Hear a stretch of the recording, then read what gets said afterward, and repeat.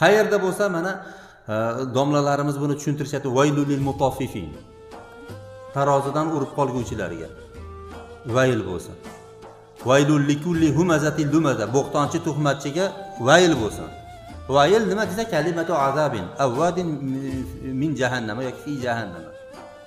Vayl, ya'ni vayl deb boshlanadigan suralar bor. Vayl bo'lsin. Hatto namozxonlarga vayl bo'lsin bor, to'g'rimi? Vaylul likulli favaylul lil musallin. Namoz o'qiguvchilarga vayl bo'lsin. Ya'ni do'zaxdan bir vodiy bo'lsin. Namoz o'qiguvchilar. Namoz o'qiguvchi ham shunaqa bo'ladi.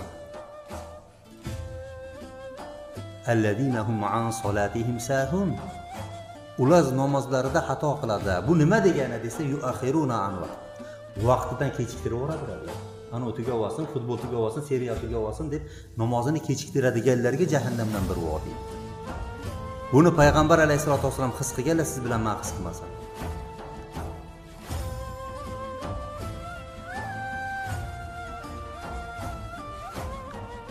Ummatini yaxshi ko'rgan insondagi tashvish bo'ladimi? Bo'lmaydimi? Bo'ladi.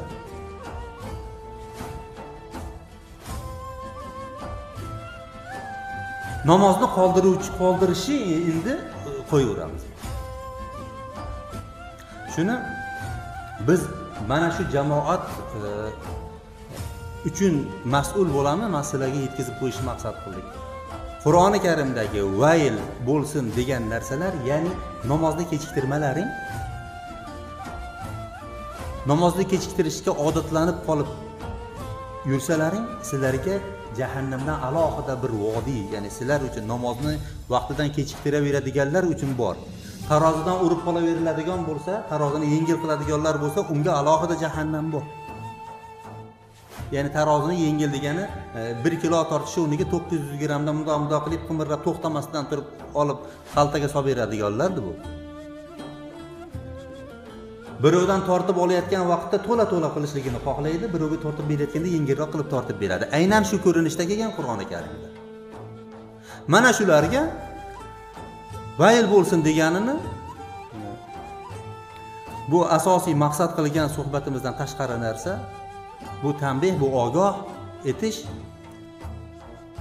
Alloh taolo shunday deb qarg'aydi deb domlalardan ayrimlari gapirishyapti. Mutlaqo xato. Alloh taolo bandani qarg'amaydi, bandani yaxshi ko'radi Alloh taolo. Shuning uchun ularga bitta, ikkita payg'ambar bilan kifoyalanmagan Alloh taolo. Payg'ambarlarni jo'natib turgan. Fa'azzazna bi salisin. Bir o'rinda biz ularni salis, ikki payg'ambarni bir vaqtda tushirib, uchinchisi bilan quvvatlantirib qo'ydik. Ya'ni payg'ambarlar quvvatga kelsinki, gapiga quloq tutadiganlar. So'ziga, suhbatiga, da'vatiga itoat etadiganlar ko'paysin deganidir. Shu vayl ko'rinishidagi gapni ayrim holatlarda, demak, Alloh taolo shunday deb qarg'agan deyilyapti. Alloh taolo bandani qarg'amaydi. Hazrati Alining bir gaplari bor. U din katta narsa. Kimdan o'rganayotganlaringni bilib qo'yinglar degan. Dinda aslini bilib, mohiyatan o'rganishlik kerak. Shunda nima bo'ladi? Qilingan xatti-harakatlar to'g'ri bajariladi. To'g'ri bo'lishligini o'zi yetarli emas ommalikka. Ammo katta jihat, katta bir omil. Mana shu bir butun narsa bo'lsa, o'sha amalni, aytaylik, tahoratni to'g'ri qilishlik mana bu bo'ladi. Ixlos bilan bajarishlik bilan mukammal. Namozni to'g'ri bilish mana bu bo'ladi. Ixlos bilan ado etish, xushu huzu bilan qilish mana bu bo'ladi. Ya'ni mukammal bo'ladi. Allohga iymon keltirib, qalban inonib, tilida uni izhor etish mana bu bo'ladi.